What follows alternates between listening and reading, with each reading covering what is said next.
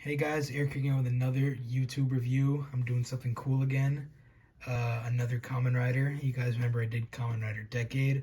We're doing the brand, the second newest Kamen Rider, the first Kamen Rider of the Reiwa era, Kamen Rider 01 Shining Assault Hopper from Bandai Tamashii Nation's SH Figuarts. This is a premium Bandai exclusive. Got a really good deal on this. You can tell it's an exclusive because the box is not see-through. It's fully cardboard.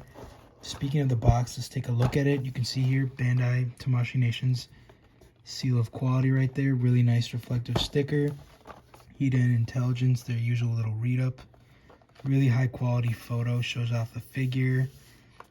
Kamen Rider 01 Shining Assault Hopper. Bandai Tamashii Nations. The name in Japanese. Him on the side doing a pose. Hidden Intelligence. Here's some nice poses you can get the figure in. Shining Assault Hopper. Symbol Style Heroic Action. And then, you know, the numbers to call at the bottom. So, yep, that's the box. Let's crack this thing wide open. Here we have the figure out of the box. And guys, I know I'm back to that other weird review space. I think this is going to be the norm for a little bit. It's just a little bit easier given my, I don't know, I don't have a review station anymore, so I'll think of something in the coming days, but, you know, here we have the figure right out of the box, and he looks incredible. This is probably one of the nicest figures I own in terms of detail and stuff. This figure looks like he jumped straight out of the TV show. For reference, I'm going to put him and a photo of Kamen Rider 01 Shining Assault Hopper right now.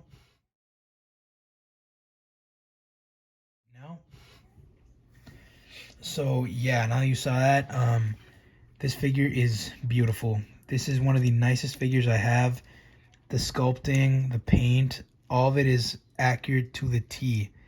The only thing I would say that sucks about it, the only gripe, and I'll just say him here, I just noticed that little paint scratch. I don't know what that is from, but I just noticed it right now. Could have been me, honestly. And this shoulder pad does like to pop off quite a bit, but it's not too bad. You know, this figure is really, really cool. You can just look at it. Just by looking at the video, you can see all the really nice sculpting. His big fin chest piece, his Shining Assault Hopper chest piece. The colors look very vibrant on camera. They look a little bit different, I think, on camera. It could just be the lighting. But, yep. Before I take a closer look at the figure, I'm going to look at the accessories real quick. So, for accessories, Kamen Rider 01 comes with 4 pairs of hands. 3, not counting the ones on him. He comes with these splayed open relaxed hands, the ones that he comes straight out of the box with. See, he's just chilling right there. He comes with 2 fists. Very, very nicely done and detailed. Look just like the ones he has on. He has 2 holding hands for either side. Painted very well, of course. That's his premium Bandai. A little bit of paint splotch right there, but no one's going to see it. He has 2 posing, like emotive hands. The ones that he does for his signature pose. And 1 pointing hand. And these just very easily pull off. I'll show you. So I'm going to show you guys how these hands come on and off, just like so. Pop them right off. You see a little ball joint right there. And I'm going to put it on his holding hand. His gripping things hand, just like so. A little difficult. There you go. He has an extra hand put on there. And I'll show you his last accessory. I put that hand on for a reason because he does come with 1 weapon shown on the box. This is the attached buster, I believe. If I'm not mistaken, I could be wrong. This is his axe weapon. From what I understand, it folds up right here in the TV show. But, you know, even though if it doesn't do that, it does have really, really nice painting on it. Nice painting, really solid paintwork, and incredible detail at this scale. You can see all those things that are sculpted in there. This is, I believe, supposed to be a briefcase. Transforms from a briefcase, but you can see that. Super clean. Very nice paint application. I love this vibrant green on here and the red. And it fits in his hand like so. Sorry about that. So here we go. Sorry about that, guys. The thing flew out of my hand. It just slides in, honestly, really easily like that. There he is with the attached caliber, or the attached buster.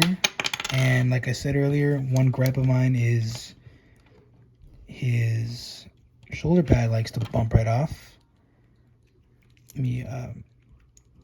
Sorry guys.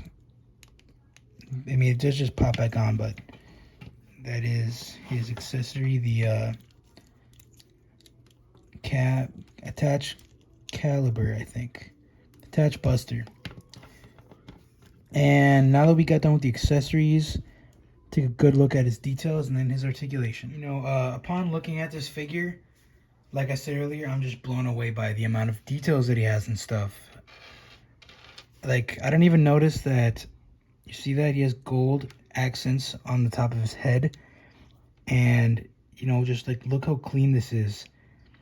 Bunch of really, really nice sculpting. Apart from that right there, you see these beautiful compound eyes. Super, super done well. And this thing has flawless paint. You can see, and one thing I'm really digging about his design is this carbon fiber, bulletproof vest type of Kevlar type of look. He has like thrusters here, I'm assuming. The whole colors look spot on. Got a nice little jewel on his forehead. Detail under that clear blue piece. And like I was talking about earlier, this nice Kevlar type of thing. Super nice sculpting everywhere. His fists, his gauntlets, his chest armor type of thing. These are legs of a grasshopper, actually. They jump onto him. And this is another crazy piece of detail.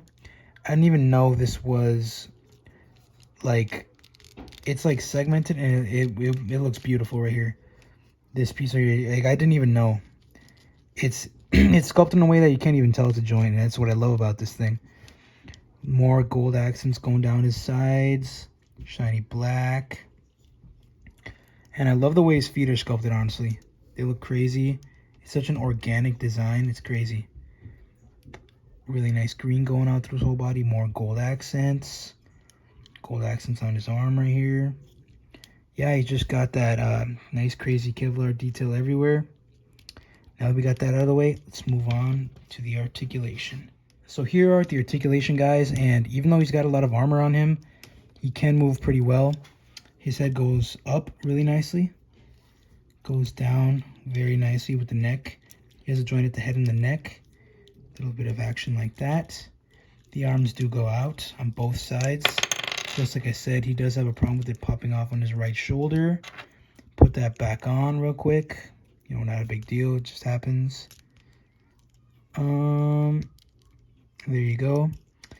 This does move like this, by the way. You can see that joint right there. And this is on a ball joint like you saw right there. Arms go forward and back. They do a full 360. Out. Upper bicep swivel. Double jointed elbow. Unhindered at all by his armor. And the ball joint right here, of course, you saw that. It's on like a swivel ball joint. The chest torso really amazed me.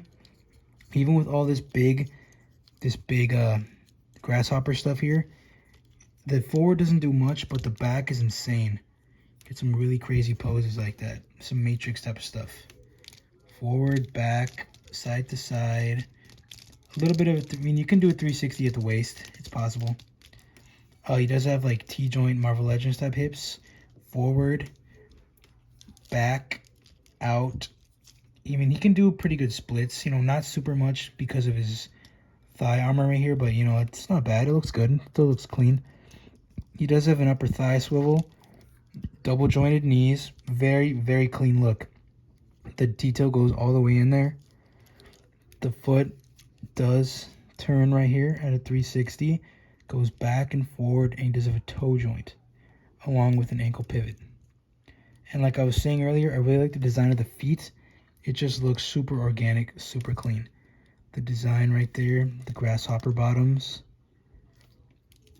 Let's get into some size comparisons and some final thoughts. So here we are back with Kamen Rider 01 and another Kamen Rider, Kamen Rider O.